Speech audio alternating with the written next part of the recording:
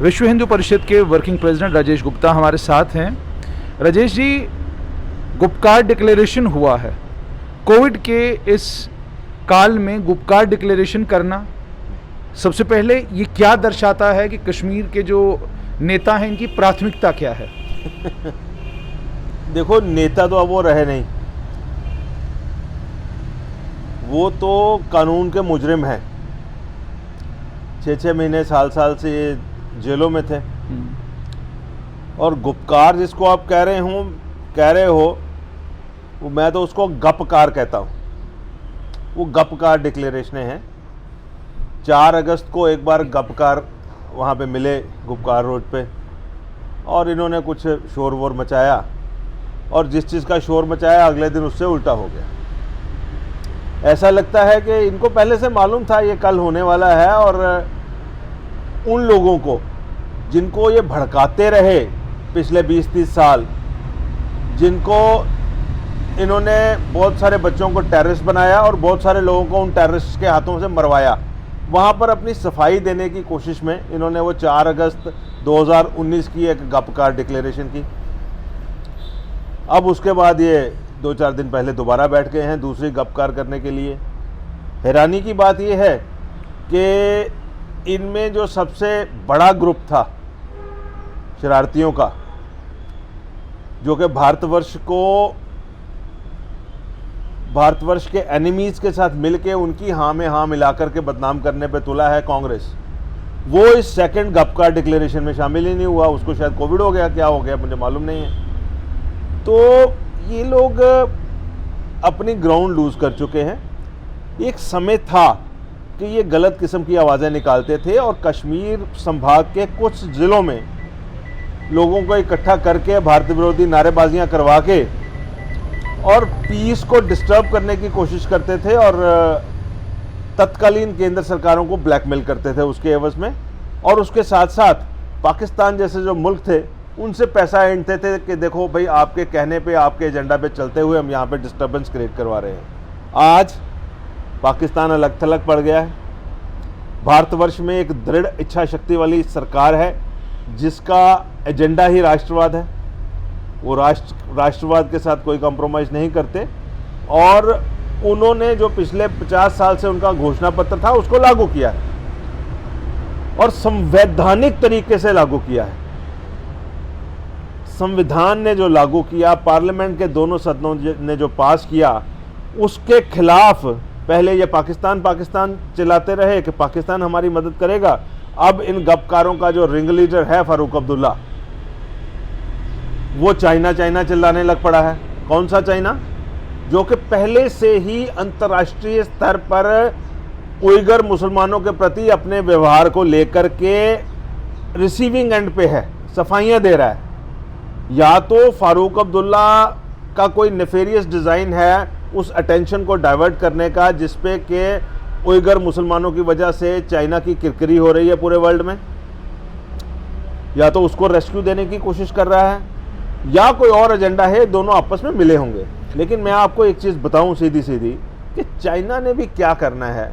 वो बेचारा अपनी टिकटॉक तो बचा नहीं सका, उसको पहले टिकटॉक चलानी है यहाँ पर जिससे उसको रेवेन्यू आता है। और टिकटॉक हमने तो बंद की है, इंडिया ने, पाकिस्तान ने भी बंद की है, ठीक है। तो ये 370 कहाँ से री इम्पोज कराएगा, या 35 से कहाँ से री इम्पोज कराएगा इनको? ये सिर्फ कश्मीर संभाग के 2-3 ज़िलों के कुछ जो जनता है जिनको इन्होंने बड़े साल बेवकूफ़ बनाया, उसको दोबारा रिझाने की कोशिश कर रहे हैं। और मुझे ऐसे लगता है कि अब वो रीझने वाले नहीं हैं इनसे, अब इनकी बातों में आने वाले नहीं। राजेश जी, इन कश्मीर बेस्ड जितनी भी पॉलिटिकल पार्टीज़ हैं जी, उनके जम्मू में भी यूनिट हैं जी। आप इन पार्टियों के प्रोविंशियल प्रधानों के बारे में क्या कहोगे कि गुपकार डिक्लेरेशन में क्या आपको लगता है कि इनकी भी सहमति है? और अगर इनकी सहमति नहीं, ये गुपकार डिक्लेरेशन का हिस्सा नहीं, उसके बावजूद ये उन पार्टियों में बने हुए हैं, तो आप इन्हें क्या कहना चाहेंगे? मैं तो इनको कहूँगा फसली बटेरे। They were partners in crime some times ago. जिस वक्त ये जो बेनिफिशरी पार्टीज़ मैं कहूँगा, ब्लैकमेलर्स एंड बेनिफिशरीज, इन्होंने तत्कालीन केंद्र सरकारों का फायदा उठाया, यहां पर सत्ता में रहे और सत्ता का दुरुपयोग किया, हर फील्ड में दुरुपयोग किया। हर फील्ड से मेरा मतलब ये है कि जहां रेवेन्यू का मसला था वहां दुरुपयोग किया, जहां लोगों को वर्गलाने का मसला था वहां दुरुपयोग किया, जहां लोगों की आन बान शान का मसला था वहां दुरुपयोग किया, जहां सेकुलर कैरेक्टर बना करके रखना था जम्मू कश्मीर का वहां भी दुरुपयोग किया। इन्होंने रिलीजियस फंडामेंटलिज्म यहां पे चलाया, इन्होंने दुश्मन मुल्क पाकिस्तान का एजेंडा यहां पे चलाया, और उस सारे गड़बड़ घोटाले में, उस सारे करप्शन की बंदर बांट में जम्मू से भी कुछ लोग जरूर इनमें शामिल हुए क्या होंगे। इससे रीजनल डिवाइड बढ़ेगा? जिस प्रकार से गुपकार डिक्लेरेशन हुआ है कि आपने जम्मू संभाग के लोगों से बातचीत किए बगैर यहाँ के सामाजिक, यहाँ के जो सामाजिक सियासी लोग हैं उनसे बातचीत किए बगैर आप एक डिक्लेरेशन कर लेते हैं और उसके बाद आप ये कहते हैं ये पूरे जम्मू कश्मीर की आवाज़ है, क्या इससे रीजनल डिवाइड बढ़ेगा? देखें जुनैद जी, मैं एक चीज़ आपको बताऊं, बहुत मेरे दोस्त हैं कश्मीर में, बहुत दोस्त हैं। जितने दोस्त जम्मू में हैं उतने ही दोस्त कश्मीर में हैं। जितना हिंदू मेरा दोस्त है उतना मुस्लिम मेरा दोस्त है। मैं बात करता हूं मुस्लिम फंडामेंटलिज्म की भी, मैं डेमोग्राफी चेंज की भी बात करता हूं जम्मू में, लेकिन मैं आपको बताऊं मुसलमान मेरे बहुत दोस्त हैं कश्मीर में और यहाँ भी। ये जो आपका सवाल है इसमें आप एक ऑटोमेटिक उनको ऐसी लीवरेज दे रहे हो कि जैसे वो कश्मीर के ठेकेदार पक्के हैं। ऐसा नहीं है भाई, नहीं है। मेरी आप बात, आप कश्मीर को अच्छे से जानते हो। ये वो लोग थे जब ये आवाज़ देते थे तो पूरे श्रीनगर में, श्रीनगर के अलावा 2-3 जिलों में और लोग सड़कों पे आ जाते थे 10-10, 20-20, 50-50 हज़ार की तादाद में। आज यहाँ पे सारे के सारे ये इकट्ठे हो गए हैं गुपकार रोड पे, फारूक अब्दुल्ला की रेजिडेंस पे। आपने सुना कोई 50 आदमी भी इकट्ठा हो गए तो इनकी कोई किसी ने जिंदाबाद मुर्दाबाद किया हो? ये अब इररेलेवेंट हैं, ऑब्सोलीट हैं। इनको अब आप ये ना कहें, एक तो आपने मान लिया कि जम्मू में इनकी कोई फुटिंग नहीं है, मैं मान गया, मैं भी मानता हूँ इस बात की कि जम्मू प्रोविंस में अब इनकी कोई फुटिंग नहीं है। लेकिन इसके साथ साथ मैं आपको कहना चाहता हूँ, आपके जो कलीग कॉरेस्पॉन्डेंट्स हैं, आपके सबॉर्डिनेट कॉरेस्पॉन्डेंट्स हैं, हर ज़िले में आप पूछिए कि इनके घोषणा पत्रों का रिस्पॉन्स क्या है। There is no response. People are interested कि वो बॉम्बे जाके बिजनेस करें और बॉम्बे वालों के साथ प्यार डालें, केरला के साथ प्यार डालें, बंगाल के साथ प्यार डालें, गुजरात के साथ प्यार डालें और आपस में बिजनेस एक्सचेंज करें, कल्चर एक्सचेंज करें, अपनी तरक्की करें। वो इनके कहने पे अब हड़तालें नहीं करना चाहते। उनको समझ आ गई है, उनको ये पूरी तरह समझ आ गया है कि ये 200 वोट लेके पार्लियामेंट में जाने का फॉर्मेट बनाना चाहते हैं दोबारा, वो अब बनेगा नहीं। और इसके साथ साथ मैं जुनैद जी आपको एक और चीज़ बताऊं, ये अपने आप को, ये जिस तरह की डिक्लेरेशंस वहाँ पे कर रहे हैं ना कश्मीर, श्रीनगर में इकट्ठा होकर के, ये कुछ ऐसे लग रहा है कि ये जैसे कुछ मुट्ठी भर मुसलमानों के लीडर हैं जो कि कश्मीर में निवास करते हैं सिर्फ। ये ऐसा इनकी डिक्लेरेशन से, इनके हाव भाव से, इनके काम करने के तरीके से, अगर ये पॉलिटिकल पार्टियां हैं तो इनका कठुआ से लेके बनी बसोली से लेके सभी जगह तक यूनिट्स होने चाहिए।